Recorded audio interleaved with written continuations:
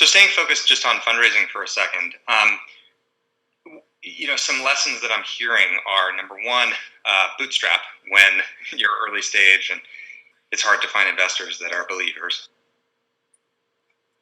Number two, I guess I'm just interested in the positioning, right? So like crypto, for example, is all the rage right now, and your strategy or your go to market has a crypto piece to it, but it's not the core of the business. So, there are a lot of companies that are finding themselves in this position where they've got like an aspect of their business that is in vogue. So when you're speaking with investors, like how much do you focus on that? How much do you lean into it or not? I think this is probably one of the most important questions for a founder, and it's really hard. I think it really comes down to understanding the audience. You're not going to have just a one-size-fits-all deck or story. I really feel, one, you got to fish where the fish are, but you also need to find, folks that are interested in your story. And so it's really hard to kind of push that boulder uphill if someone just isn't interested. And in the early times, for the company, like we were, kind of like either too entertainment for ed tech investors and then too ed tech for entertainment investors. But we're like, but we're over here working with creators. And the reality is it's such a false dichotomy. Kids learn through play. Literally, the preeminent academic scholar in learning science, Dr. Kathy Hirsch-Pasek, talks about playful learning. And so I feel like it's this disconnect from the real world where, of course, kids can learn through a story and character. In fact, that's how they prefer to learn. That's where they fall in love. They want to be in Hogwarts. They want to be in Arendelle. They want to be a part of those worlds. And if you could actually imbue that with teaching 21st century learning, literacy, and life skills, what better way to learn? I mean, I'm certainly old enough to remember I'm Just a Bill, Schoolhouse Rock. I mean, I feel like those are such great ways that kids can learn. So it was really hard at the beginning. But now I feel like that we have really solidified the whole idea around creators and connecting them with parents that they both, either the supply side or the demand side, the common interest is helping kids learn. I really feel like we'll meet with someone if they want to learn more. We're happy to kind of go deeper in their area of interest, but we're true to ourselves. And to be clear, we started the company as a public benefit corporation from the get-go. So we actually have purpose at the core. When we focus on impact, this is about impacting 2 billion kids around the planet. Our chief impact officer is Ana Maria Chavez, the woman that was the CEO of the Girl Scouts and most recently was the CEO of the National School Boards Association. Through COVID, through the pandemic, and she joined us, a couple months ago to really spearhead all of our partnerships across, kind of the education field and other different types of partners that really care about impacting kids, because this is truly the opportunity to go direct to learner. And I feel like whoever wants to hear that story, whether it's how we're doing it with content, how we're doing it with, kind of a creator platform, how we're doing it with crypto and enabling creators to get paid and own their IP, whatever angle resonates with them, we're happy to share. But we know what we're building. And at the end of the day, this is about the kids and families and the creators that want to help those kids learn. So other than convincing investors to believe in your vision, what are some other challenges that you face at Encantos? Oh, I mean, I feel like I fail every day. There's a new challenge every day. I think one of the key things, and one of our investors who have been so awesome and fundamental to me personally is actually Jeff Weiner at Next Play Ventures. And it's all about focus, right? I mean, Jeff will be the first one to kind of give me really tough love. All the exercise around from vision to values. How do you really understand how you're leading your company? But, there's tons of opportunity every single day. How do you truly narrow that aperture to focus and really get things out? I think between that kind of feedback to focus and then combined with kind of what Charles Hudson has been really instrumental in helping us understand is just get it out. It is not going to be perfect. And so we originally had plans for this, Encantos app, that has all the functionality, kind of a super app for kids. It was originally slated to be out in 2022. And he was like, no, get it out. It doesn't need to be perfect. Get the container out and then iterate in the real world. And so that is now live and we're super proud of it. It's still V1. I look at it and I see tons of things that need to be improved upon. But I guess that's, I'm a product guy at heart. And so I'll look at it and I'll see all the things that still need to be fixed. But at least we can now iterate with a product out in the real world. So it's very much life in beta. By the way, on the topic of Jeff Weiner, I was just talking about him in my last meeting. A founder of another company that I'm an investor in called me for some advice. And I was quoting Jeff Weiner saying that Jeff used to use this phrase of one of the biggest mistakes that managers make is they leave the pitcher in for too long. And nice people, which I'm a nice person, and I think you're a nice person, and this other founder that was calling me for this advice is definitely a nice person. Nice people tend to give people the benefit of the doubt. And so this person was calling me for advice on basically an underperformer. What do I do in this situation? And I was quoting Jeff to this person saying, where Jeff kind of famously said that usually when your gut says that somebody's not going to work out in that particular role, usually that's the right move. And unfortunately, they probably aren't right in that role. But anyway, so 2 meetings in a row where Jeff looms large. No, and the thing is, I think the toughest thing that a founder needs to hear is real, candid feedback, right? Who is going to give you that tough love? Who is going to tell you, hey, you are absolutely messing up. You are, not making the hard calls, whether it has to do with, kind of managing your cash, focused on product, doing too many things. And I hear that, kind of consistently from so many different folks, from our board chairman, Saul Trujillo, to Charles, to certainly folks like you and Jeff. But I feel like you really need to surround yourself with this type of group because it takes a village, right? And I feel like we have strength in numbers because we have folks that believe in what we're building. Yeah, startups are hard, and being that listeners don't have to feel sorry for people like you or me as CEOs of startups, or I guess in my case, former CEOs of startups. But it is a hard, lonely job, and full of a lot of unique challenges, and the network of support that they find from peers, colleagues, investors, or professional organizations or elsewhere can be really valuable. So let's focus on DEI for a second. Mm-hmm. One of there's another company that I'm involved with, or know the founder, where they also produce diverse content, and they've had some situations where they've sort of had foot faults. They've made errors. That with all the best intentions, their community has perceived some piece of content that they produced as inappropriate or offensive or stereotypical, etc. How do you work through that, especially in a world where your content is basically crowdsourced by your creators, and yet you all are producing it and distributing it and putting your brand on it in a lot of cases? Have you had that experience? How does that bear out? So I'll speak from a little bit of experience in a former life. Back when I was on the Publicis, marketing and advertising side of the house, because I used to run the Walmart media business. That was $1 billion of media spend. And then I also run all the multicultural media business. So anything to do with Latino, Black, Asian consumers for P&G, Coke, Kraft, Heineken, Microsoft, you name it. And it was hard because, you would just take one, maybe innocent attempt to kind of talk to a Black customer, talk to a Latino customer, and you would step on a landmine. You actually did something wrong, like something that was just offensive. There's so many examples and really bad advertising. We're just like, what were they thinking in retrospect? But a lot of it has to do, you did not have people that were either of the culture or decision makers to make a call in the room. And so my whole, kind of leadership philosophy is you got to have one conversation, get all the key stakeholders around the table. And if you're doing something to actually talk to a Black consumer or a Latino consumer, how the hell do you not have either someone that's Black or Latino in the room making the call, making the decision? And the reality is we don't have enough, kind of Black and brown talent in those key, either C-suite positions, running the P&L, making the calls. And so that is an overarching issue. And it kind of comes full circle to how I started, where in 1994, I did an internship, and the whole purpose was to kind of diversify Wall Street. And 25 years later, we're still having this conversation. And we haven't moved the needle. If anything, we've gone backwards, right? The number of Black and brown folks that are on corporate boards, C-suite, those numbers are shrinking when our population is growing. So there's something, that just isn't working. And I feel like I now have the opportunity to call out the bullshit, because the reality is the talent's out there and we all know each other, which is funny. In the startup community, do you think it's getting easier women and minority founders to raise money and get their companies off the ground, or you think it's as bad as it was?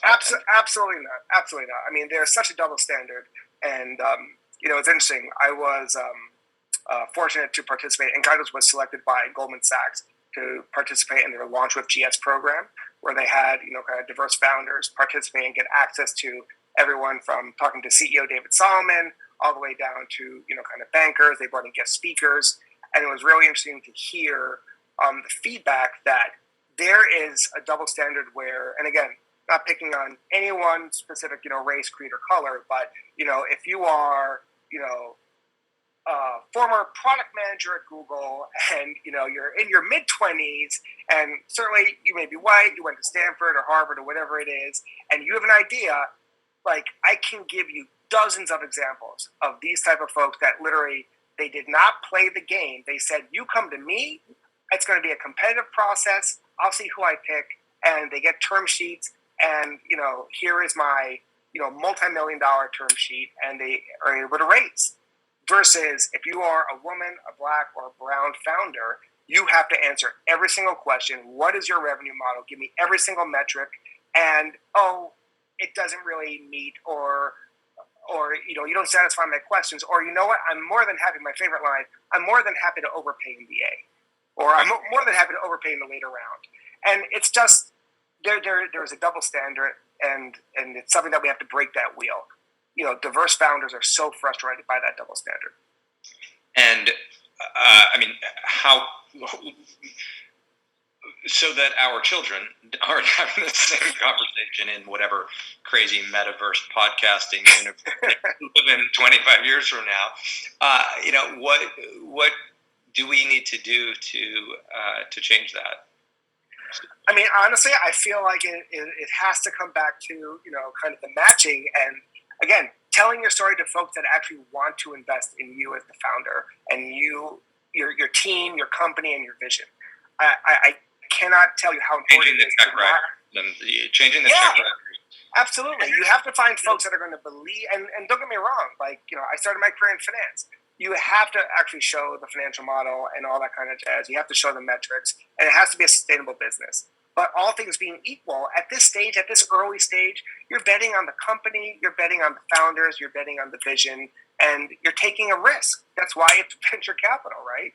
But for some reason, we're still, kind of not making enough progress, and you see all the stats and, the tiny percentages. So until we actually find folks that are willing to take that leap of faith and find a founder, and you know what, I don't know, not to pick on Clubhouse, but really, they got funded, and they had, ginormous check, and they had no metrics.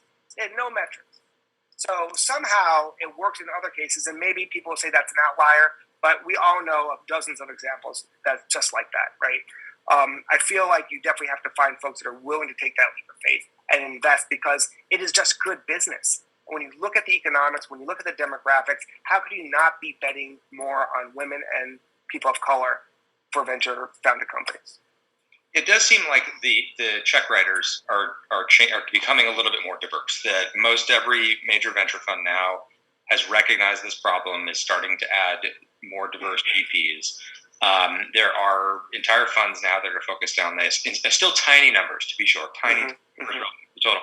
But I do see some progress. Now, it isn't coming out the other end necessarily in terms of funding and but it's a leading indicator, I think. Maybe I'm being overly optimistic. Honestly, we've spoken about this before. I think you are being optimistic, and that's why I so appreciate, because you are an optimist.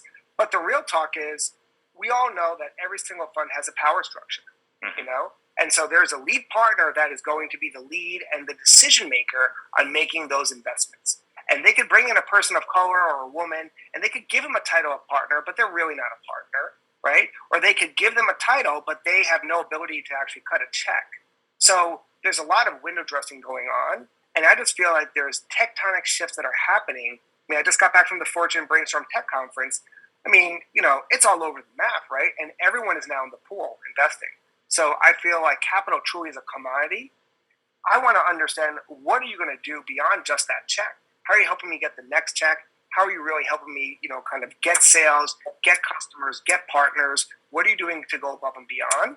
And I want to see someone doing that for a woman or a black and brown founder, because those are few and far between. Yeah, well, I think these investors are not inherently bad people or racist. I think they are following what they call pattern recognition, which can be code for discrimination, right? The pattern recognition. The reason they're funding that Google product manager is they're hoping to create the next Google. And what one thing that will move the needle on this metric is if there are more massive companies built from these types of founders that we're talking about.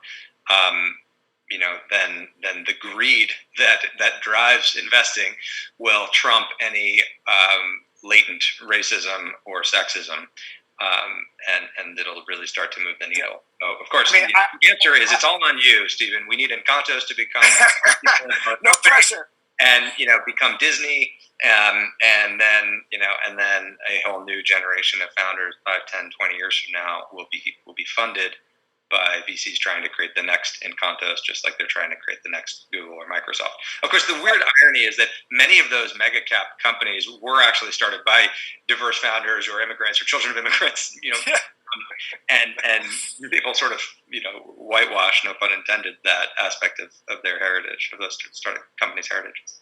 I mean, I couldn't agree with you more. And again, I think there's a certain shout out. You actually have a platform to tell those stories. The founders are out there. You create .LA again. I'm Long LA. My wife, is from here. From Boyle Heights.